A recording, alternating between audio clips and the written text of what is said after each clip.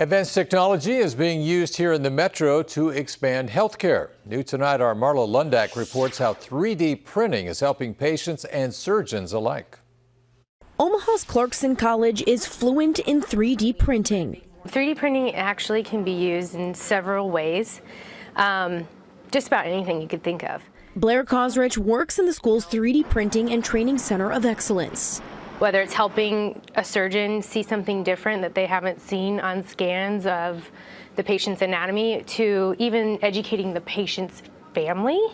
Until recently, the school's 3D printing center could produce mostly educational tools, like turning CT or MRI scans into tangible objects. This is a great model for cardiology patients, especially when you want to show a cardiac defect to a parent and explain the surgical procedure to them.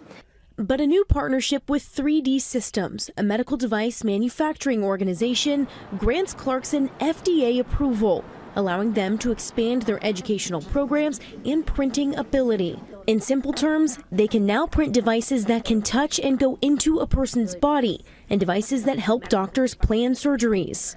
This is a surgical planning model, so it's mapped in thick and thin bone, so the surgeons can actually see maybe where it's safe to place screws, where it's not, for hardware, because maybe it's too thin or too thick.